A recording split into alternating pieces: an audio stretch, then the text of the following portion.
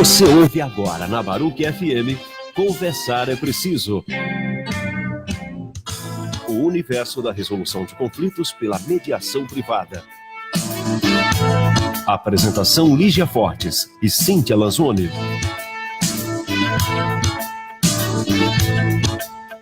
Olá, queridos ouvintes. Estamos aqui na rádio baruchfm.com. Eu, Lígia Fortes, e a Cíntia Lanzoni. Hoje com uma maravilhosa, espetacular... Ai, que me dera. Convidada, a doutora Carol, como ela gosta de ser chamada. Hoje nós vamos tratar aqui, no Conversar é Preciso, deixa eu ver aqui, é da mulher advogada, a participação da mulher advogada na política institucional. Tá correto? É isso aí. É um nome comprido, muito importante, mas muito conteúdo tem esse nome, não é? Essa chamada nossa aqui. Nós temos aqui o patrocínio da Câmara de Mediação Sucederem, não é isso, Cíntia? Isso aí, bebê. E o que mais, Cíntia? Você tem que falar mais algumas coisas. Então, bom dia. Bom dia. Alegria. Não, na verdade, na hora do recreio, que a gente estava aqui, nós estávamos falando que hoje é sexta-feira, dia de capirotagem, né? Então vamos fazer capirotagem. Hoje eu tô capirota, que eu tô feliz que a gente está fazendo a nossa primeira transmissão pelo Fake Truque. Plena sexta-feira, dia de capirotagem. A Lígia fica me olhando, tipo, Cíntia, fala o que eu te pedi para falar. Então eu vou falar. Suceder, mediação, estamos lá no Insta, né? Suceder e Mediação, estamos no Fake Truque, estamos aqui pela Baruch FM e também estamos no Zap, tá? Obrigada, a Elba nos salvou, ela me mandou o Zap pelo Zap, da Suceder é o 11 99 145 5258, né? É o nosso Zap, então quer falar com a gente? Manda um recadinho do coração. Falem conosco. Exatamente. Muito importante. E hoje estamos aqui com a Carol, né? Falar sobre política institucional e a mulher. Né? E a Carol é vice-presidente. O que está escrito aqui, Lígia? Não, a Lígia não escreve, gente. Olha, pessoal, eu sentei e fiquei esperando assim, deixa eu pegar as minhas anotações. Eu não sou, tá? Eu Foi de estou. propósito. Desculpa, ela está. A Carol está vice-presidente da Comissão de Prerrogativas da OAB São Paulo, na área da mulher. Pessoal, é uma bomba relógio. Vamos lá. Então bora, Carol, o microfone é todo seu. Pode falar o que você quiser. É bomba relógio com conteúdo. É isso aí. Não é mais explodir, não. A gente já desarmou, pronto.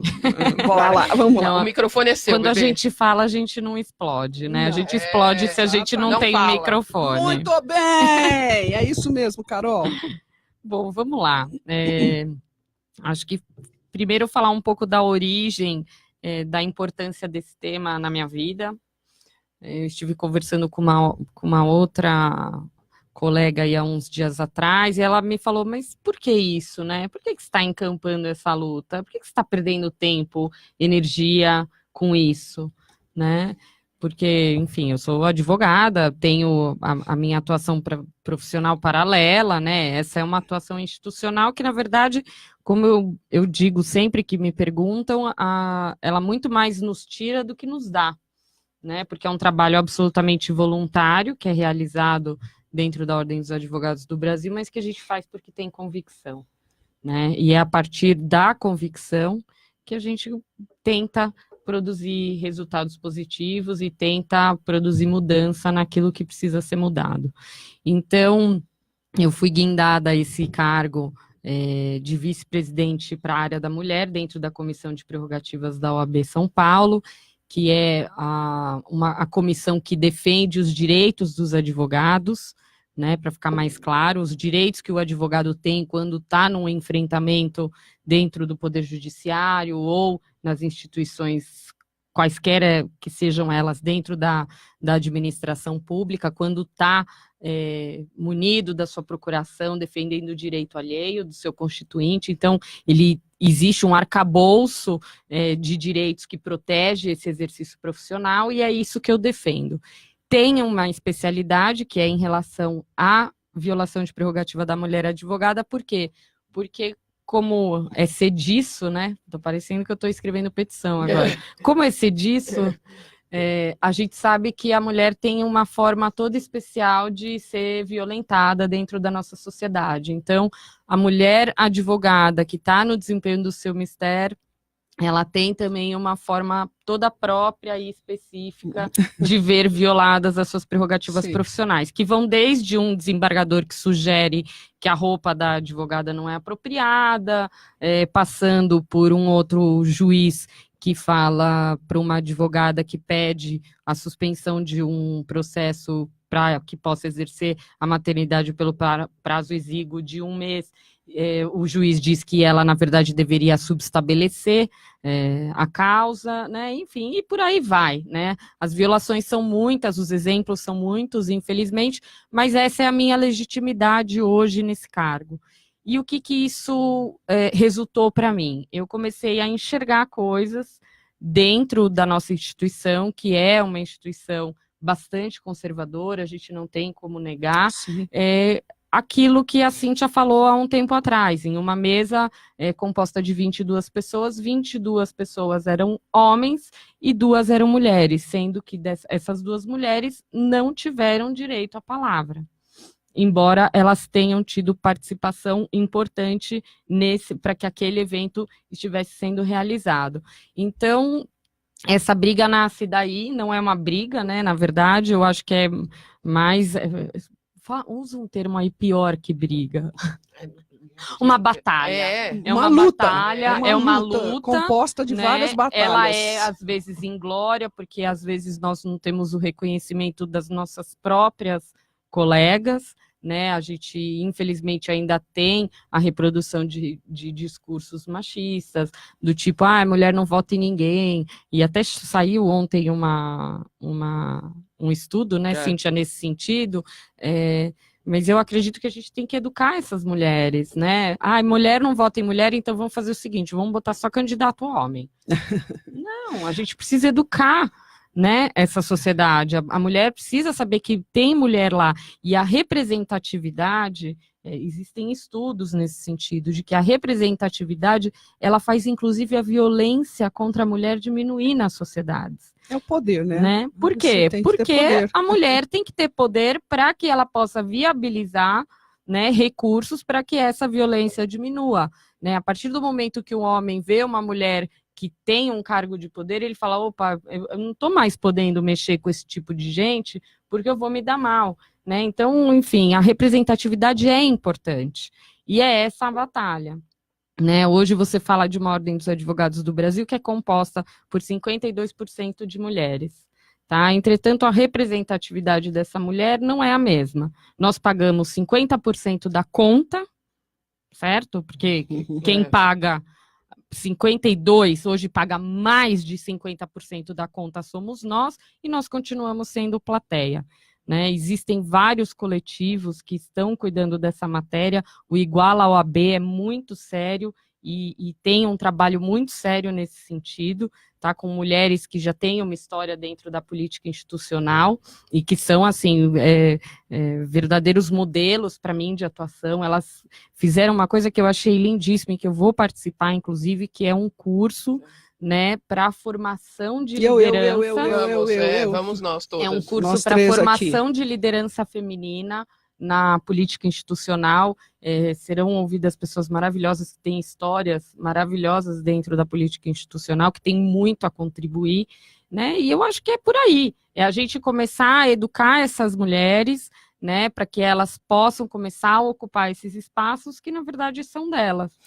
São delas, e assim, nosso, né?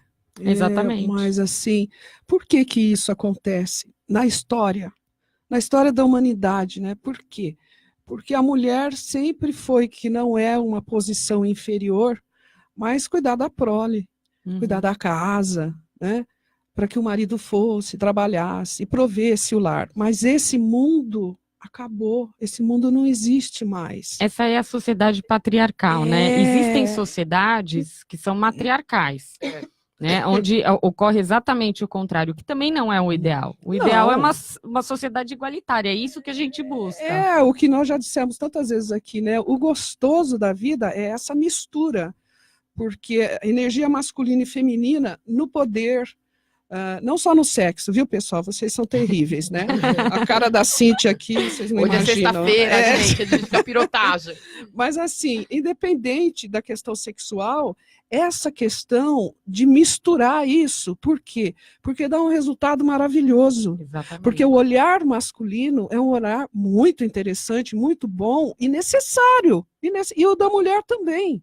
O da mulher também. Eu nunca tinha pensado nesse fato que a Carol falou, de a representatividade faz com que a violência diminua. E é verdade, né? Porque eu lembro, quando eu era mais nova, quando eu era uma menina, uma criança... Hoje ela já via, está velha, pessoal. sou Nossa, Não, quando eu era pequenininho, pequenininha. lá em Mogi das Cruzes, É. e aí eu via uma juíza ou uma médica, né? Então você projeta, né? Você fala, eu quero ser igual fulana, né? Então eu era Mulher Maravilha, tinha 7 roupas da Mulher Maravilha. Eu saía por aí de Mulher Maravilha, linda, loura, Mulher Maravilha. Graças a uma juíza que você encontrou um dia na rua, né? Exatamente. Aí eu falei, gente, eu quero. Então é isso, né? Você tem que também tratar essa criança, né? A tua filha que é pequenininha, a Odara, a minha filha que tem 19 anos, mas ela tem que se ver ali. Né? Mais do que ela tem que se projetar ali, ela tem que falar, não, se ela está ali, é porque é o meu lugar, né? Eu posso estar ali, né? O meu lugar não é mais, também pode ser em casa, cuidando dos filhos, mas se eu quiser, né? Eu estou aonde eu quiser, né? Então, a política institucional que a gente está dizendo aqui é a política também, mulher, que você faz no seu dia a dia. A gente tem uma questão muito séria, o povo brasileiro tem uma questão muito séria, falou política, ai, não, eu não odeio. Não sem razão, né? Não sem razão, é um trauma nacional. O homem é um ser político. Não tem como fugir dela. Exatamente, então relaxa, vambora, vamos conversar sobre. Para mudar o Brasil, você precisa olhar para a política e criticar a política e tentar mudá-la. De uma forma participativa, participativa, sem Exatamente. Dúvida alguma. Aqui a gente está falando da política institucional dentro da OAB, que é a política que nós fazemos, porque somos advogadas, né? Então, fazemos políticas institucionais na OAB. Sim. Se fôssemos médicas, seria no Conselho No de CRM. Medicina, né? Se fôssemos engenheiro, e assim vai. Então, por isso que estamos falando aqui da OAB, né? E por isso trouxemos a Carolina, que trabalha... Carolina, né, gente? Ai, parece uma entidade. Carolina. A Carol, para falar sobre o que ela entende, né? Dentro da OAB, uma que entidade. Vamos ouvir. Né? Vamos ouvir a Carol. A Carol trouxe dados, todos os números. Cadê seus números, Caroline? Ela estava números? Nós queremos números da mulher na OAB. Então vamos lá. Bom, a gente já sabe então que a mulher paga metade da conta, né? A gente sabe também que teve uma decisão do Conselho Federal da OAB que determinou a cota mínima, né, para participação das mulheres nos conselhos seccionais. Que ficou na casa dos 30%. Nessa gestão que se encerra agora em dezembro, a OAB São Paulo cumpriu efetivamente a cota, e eu vou dizer os números, tá? No nosso conselho, primeiro, na nossa diretoria, são 4 homens e 1 mulher. Mas eles... Porque não... É a risca eles seguem, né? Não, peraí que não... Calma, Cíntia. Calma, Cíntia. Respira, Calma, Cíntia. que você vai ver só, que beleza. No conselho seccional, então, nós somos 32% de mulheres, tá? Só que o conselho seccional, ele é composto de cargos efetivos e de suplência. Adivinha onde tem mais menina? Vamos lá. Suplência. Na suplência. Tá bom? Não preciso nem dizer. Então, desses 32%, 11% são efetivas e 25%, mais que o dobro, portanto, são suplentes. Correto? Nas diretorias de subseções, os cargos são de presidente, vice-presidente, tesoureira, secretária-geral e secretária adjunta. As secretárias adjuntas e secretárias gerais ficam em torno de 48%, 47% e 48%, ou seja, tem bastante. As tesoureiras, 33%, cargo importantíssimo. Quem define para onde vai a grana. Lembra que nós pagamos mais de metade da conta? Uhum. Pois é. Vice-presidentes, aí começa a cair, gente. 26%. E presidentes, apenas 15% dos presidentes de subseções na Ordem dos Advogados do Brasil Seccional São Paulo são mulheres. É muito pouco. É um universo de 234, se não me engano, subseções, onde 33 são presididas por mulheres. Você lembra de uma? Você sabe qual que Pô, é? tem várias. Vamos ver. Na Lapa não tem. Não, Na Sé também não. eu tenho até medo de Pinheiros falar, também não. enfim, são tantas e existem mulheres que têm, de fato, papel importantíssimo na gestão das suas sucessões. Eu não me sentiria habilitada para falar o nome de uma sem que falasse também o nome Não, das te outras. desculpe, Mas foi uma pergunta não, tonta. desculpa eu. É, Desculpa eu, porque depois, às vezes, a gente acaba mexendo, né, com... vespeiro. Que bom que você percebeu. Então, dados sobre negras e portadoras de deficiência física não há, tá? Então, assim, Olha, não pessoal, há... não existe negras e nem portadoras não há de um deficiência física. censo sobre a participação da mulher negra nos quadros da ordem, nem o homem negro. Isso é um absurdo, porque como que você vai... Existe uma comissão, tá?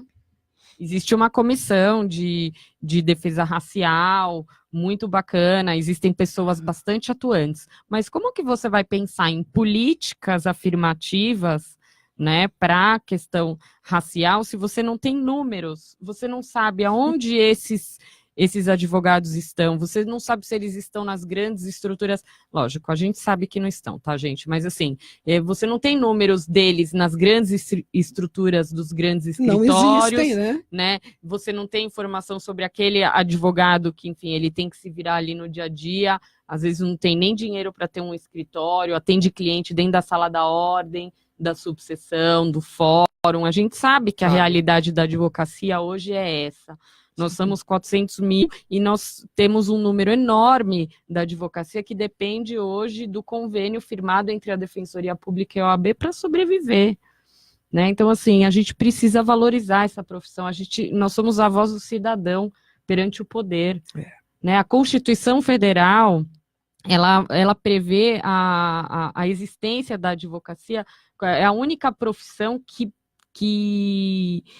participa da administração de um dos poderes, que é o poder judiciário. Isso é muito sério, né? Então, assim, o advogado, ele defende os valores democráticos. E se você tem uma advocacia desvalorizada, você tem uma democracia que não funciona direito. Sem a advocacia, é um jargão, mas é verdade. Não né? existe democracia, né, pessoal? É um jargão, mas é a realidade, né?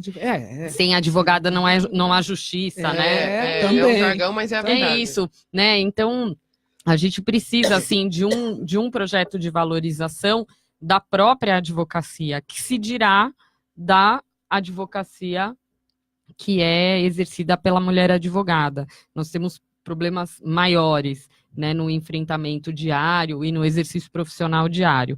Existe um livro da Patrícia Bertolin, que é maravilhoso, ela trata do tema Mulheres na Advocacia.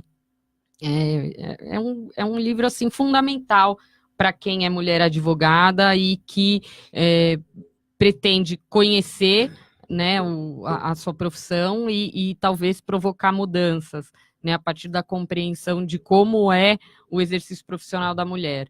Ela fez entrevistas, esse foi, acho, se não me engano, se eu errar, Patrícia, você me perdoa, mas me parece que foi o pós-doc dela, é uma mulher muito bem formada, e ela entrou de cabeça nos grandes escritórios de São Paulo, naqueles escritórios top das galáxias, né, e conviveu durante um bom tempo entrevistando essas mulheres advogadas que estão nessas grandes estruturas. Quais foram as conclusões que ela tirou do livro?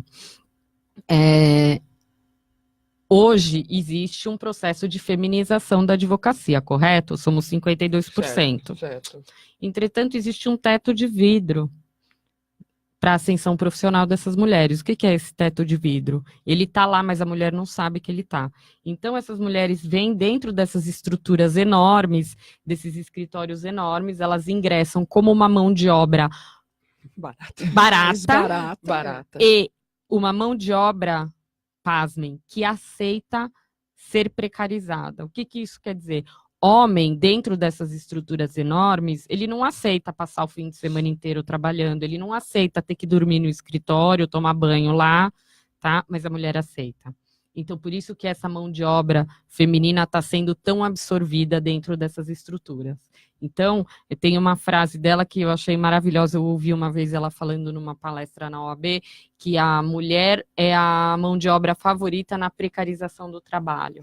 Né? Isso é muito triste, e isso precisa ser combatido pelo órgão de classe. Claro. Opa, né? Nós estamos aí para isso. Então... E além disso, essas mulheres, elas são muitas na base dessa estrutura, entretanto, a ascensão profissional delas é muito difícil, para não dizer impossível, por vários motivos. Essa mulher um dia vai querer ser mãe, né? Ou ela não vai querer ser mãe, mas ela também terá problemas para ascender dentro de uma estrutura que tem padrão masculino de exercício profissional, de tomada de decisões. Porque o que acontece, né? De poder? Porque a advocacia é eminentemente masculina, né? É uma profissão masculinizada. A feminização da advocacia não quis dizer para a mulher igualdade de oportunidades. Ao contrário, ela ficou precarizada, né? Ela ficou como uma mão de obra mais barata e que aceita mais os infortúnios da profissão, enquanto o homem continua a ascender. Então, essa mulher, dentro dessa estrutura, ela vai ascendendo, tem uma hora que ela bate a cabeça nesse teto de vidro e ela não ascende mais. É uma questão que eu penso que a Ordem dos Advogados do Brasil precisa tratar. O que acontece com essa mulher? Algumas opções ela tem: desistir da advocacia, ir para um concurso público onde ela tem mais estabilidade, ela consegue exercer a maternidade de uma forma mais tranquila, ou seja, nós estamos perdendo profissionais de qualidade para concurso público. Estamos mesmo. Né? Isso é uma realidade, é É visível. visível. Eu, das minhas colegas de faculdade, pouquíssimas são advogadas, a maioria foi ou para empresas, né, ou para concurso, ou viraram mães solamente, né? Então existe existe a mulher que volta para casa, que vai cuidar de fato da casa e desiste da profissão, que também é absolutamente lamentável. E existe a mulher que é a exceção, que está lá dentro tentando brigar por um espaço que a gente sabe que não é fácil, porque às vezes a própria mulher que conseguiu ascender dentro da profissão, ao invés dela entender que a gente precisa de políticas que facilitem a ascensão profissional das mulheres advogadas dentro dessas estruturas e das estruturas de poder, de decisão desses escritórios, essa mulher que chega lá, muitas vezes ela fala, mas eu passei por tudo isso sem esses mimimis, né? Então, hoje nós temos um artigo, uma prerrogativa profissional da mulher advogada, que é muito importante que ela exista, mas ela está ainda muito aquém daquilo que é necessário, que é a suspensão de prazo durante 1 mês quando a mulher tem um filho. 1 mês. Então, eu estava conversando com uma amiga minha, Carolina Gerassi, minha querida, que é advogada solo, como eu sou, tem o seu escritório, e ela acabou de ter o Raul. Ai, bebê demais, lindo, gente, maravilhoso. O canguru dela, como ela diz. E ela falou, amiga, eu tô tendo que voltar a trabalhar. Ela falou, é impressionante, assim, quando chega no auge da sua exaustão, que você tá há 1 mês sem dormir, que você tá 1 mês tentando amamentar uma criança. Enfim, quando a vida está um caos, os prazos voltam a correr. É isso. Né? Então, assim, era melhor nem ter dado, ela até falou, meu, era melhor nem ter dado, porque eu já ia ter me virado de uma outra forma. Então, nós precisamos ampliar, nós precisamos discutir isso. Eu não estou dizendo que o princípio da celeridade processual deve ser esquecido. Vamos parar o mundo porque a mulher teve um filho. Não é isso. Mas a gente precisa conversar melhor. Esse 1 mês dessa suspensão de prazos e de atos processuais, ela vai ser mais danosa a essa mulher, porque ela fica com uma crença e uma ilusão de que ela tem algum direito, né, e que ela vai poder exercer de forma plena a maternidade dela, e é mentira, porque quando ela chegar no auge da exaustão dela, todos os prazos dela vão voltar a correr, e ela vai ficar enlouquecida. Por que a gente está discutindo isso aqui agora? O padrão é masculino. o padrão do exercício profissional é masculino. Então, os homens, eles não têm capacidade de compreender isso que nós estamos tratando. Ele não tem capacidade de compreender o que é o exercício de uma maternidade por uma parturiente. Ele não tem, porque é físico. Ele não é Ele não é físico. Enquanto não tiver mulheres nessas estruturas de poder e de decisão discutindo o exercício profissional, o padrão vai continuar a ser masculino. E é por isso que a gente discute e briga e quer a ascensão dessas mulheres. Tem que ser a partir de nós mesmas, né? Porque o referencial que o homem tem é completamente diferente. A gente já sabe, já está aí, né? Já é o status quo. Eu até acredito que tem bastante homens que enxergam isso, né? Mas nós é que temos que nos defender, nós é que temos que buscar soluções para as coisas. É isso. E para isso temos que estar nas estruturas de poder, né? Temos que ter o poder da caneta, né? O exercício da caneta mesmo. Não adianta, não há como discutir um mês de prazo, né? Eu vi uma foto da Carol, tá ela no fórum com o bebê. Eu olhei, eu falei, oi? Sim, uma coisinha, assim, né, com o bebê. Oi, tô voltando ao trabalho com o meu estagiário. Tipo, Jesus, como assim? Você acabou de parir, mulher, volta pra casa. Né? É muito punk, é físico, é isso mesmo. É um mês depois, você tá no ápice, você tá começando a encaixar, você tá começando a entender o que é aquilo. Aí, volta a trabalhar. Né? Isso. E assim, a gente não pode também perder de vista que esse direito à celeridade processual e a um julgamento num tempo razoável. Que seja razoável, quando ele entra aí em conflito com esse direito à maternidade dessa mulher, a gente não pode perder de vista que nós não temos o judiciário mais célere que existe nesse planeta, né? Então, assim, nós temos um judiciário que é moroso por excelência. Então, acreditar também a essa mulher, né? Porque eu já vi muita gente falando, nossa, mas vai suspender o processo, mas e o princípio da celeridade? Que celeridade, bebê? Celeridade. Esse princípio já não é cumprido. E o bem que se visa proteger com a suspensão desse prazo é um bem muito maior, que é o direito da primeira infância. É daí a origem desse instituto. Né? Inclusive, a lei chama Lei Júlia Matos. Júlia Matos é a filha de uma advogada que teve um parto antecipado, porque ela fez um pedido de preferência numa sustentação oral que foi indeferido. Então, assim, é uma outra situação que me traz, assim, muita preocupação e muita tristeza, né? Todos os direitos que são conferidos à mulher, eles advêm de grandes tragédias.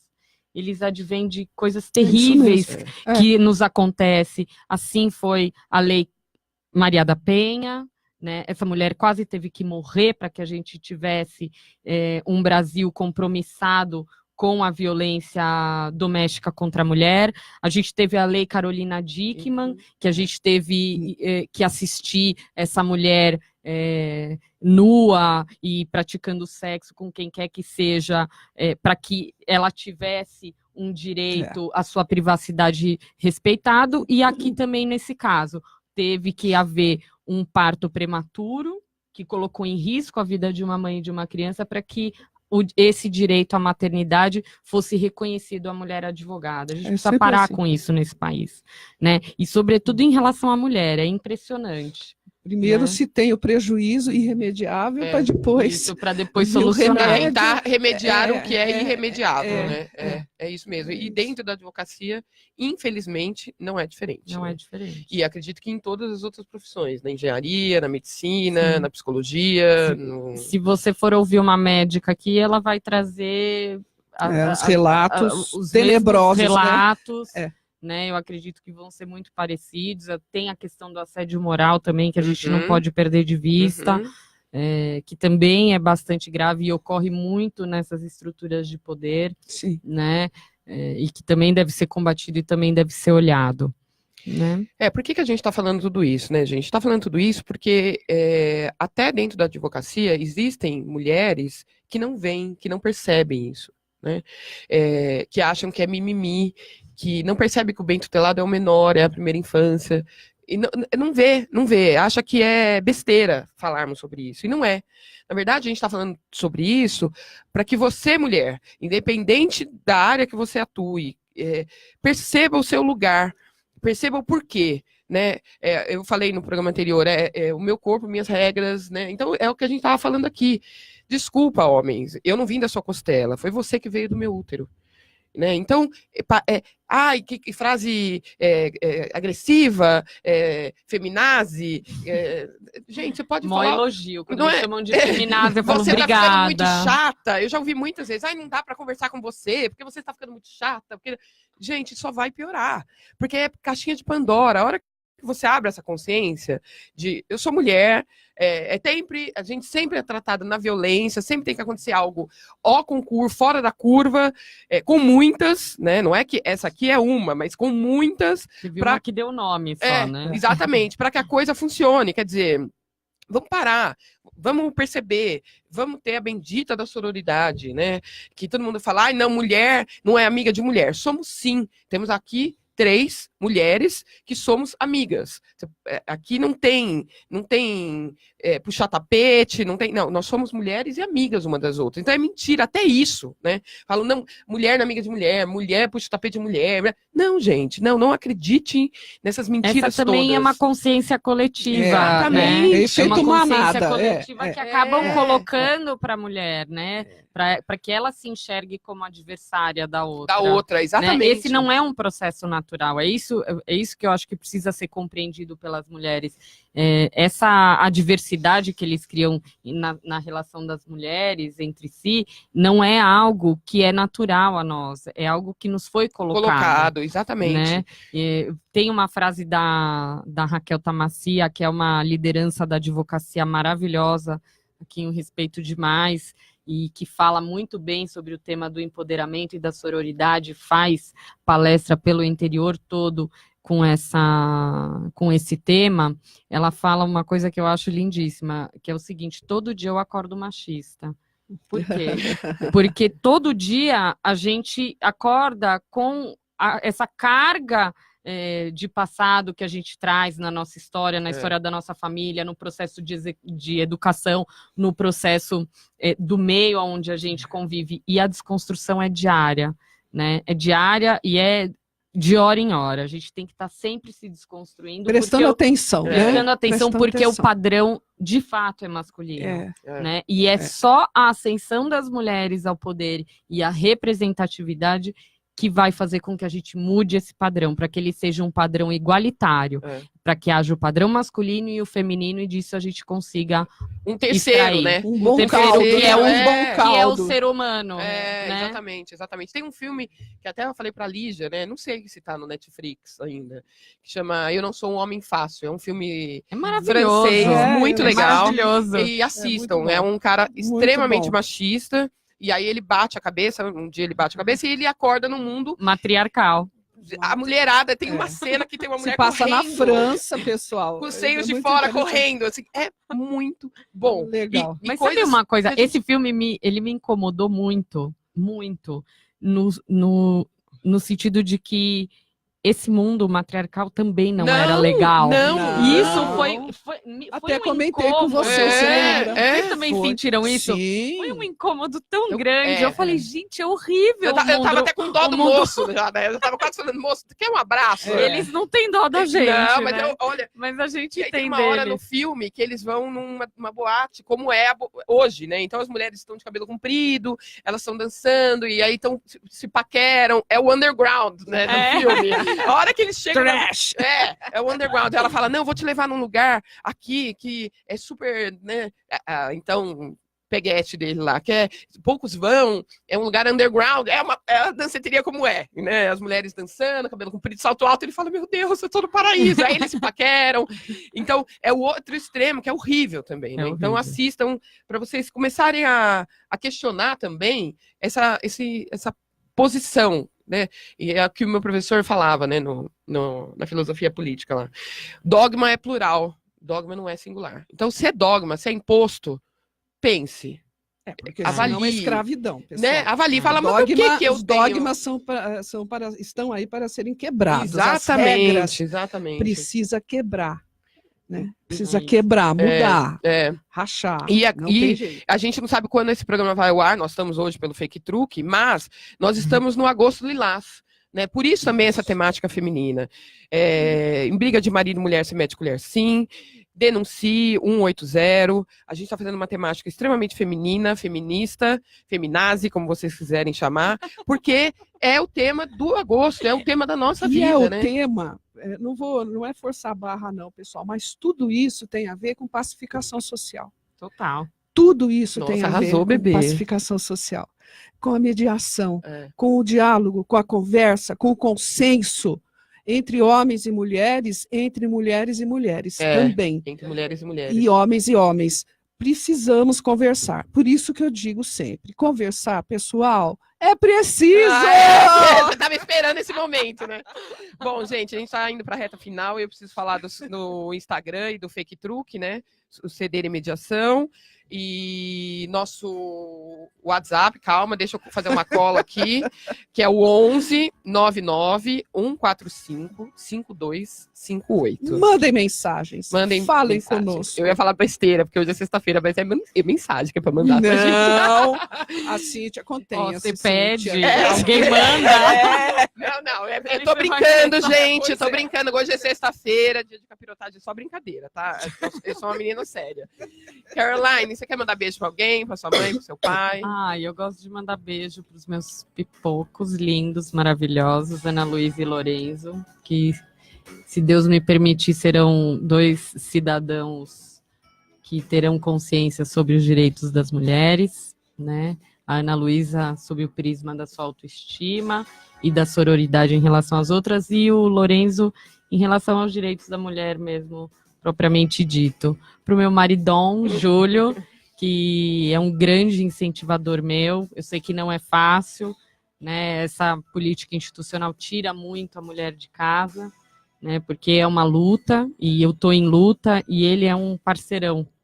Então eu tenho muito a agradecer a ele. E, além do meu pai querido, meu irmão e tal, eu quero render uma homenagem àquela que foi quem me despertou para o feminismo, que foi a minha mãe, que foi uma mulher à frente de seu tempo e que foi a maior feminista que eu conheci sem nunca ter proferido essa palavra, né? Eu nunca ouvi minha mãe falar em feminismo, mas ela foi uma grande feminista, ela foi uma mulher à frente de seu tempo e abriu portas para que várias outras pudessem também exercer de forma livre as suas convicções.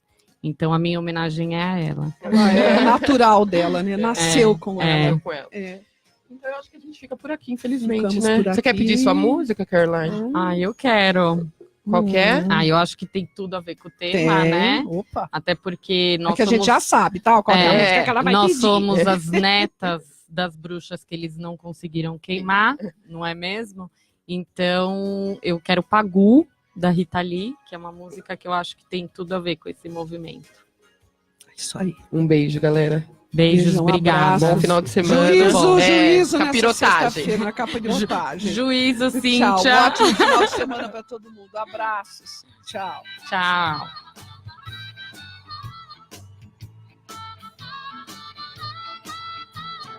Deixa na Inquisição.